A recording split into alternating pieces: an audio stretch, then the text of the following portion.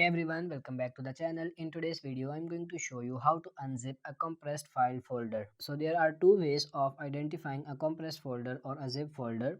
One is that the icon will have the zip on it and you will see the difference when we've completed this extraction process. The other way is to look at the file type. If you've got a detailed view in your file folder settings, you can see there it says compressed, a zipped file. So you want to extract all of the information from that folder. That's very simple. Right click on the icon and you will see a new menu come up. Click on extract all. In some computers it might say unzip.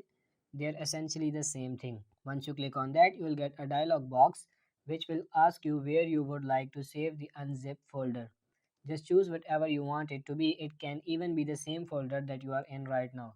You also have another option. You can choose to go straight to the extracted files, or you can leave it unchecked and you will then see both files side by side. So that's what I've done, and I just click on extract and there you can see side by side is your unzipped folder, and then to the left you can see your zipped folder.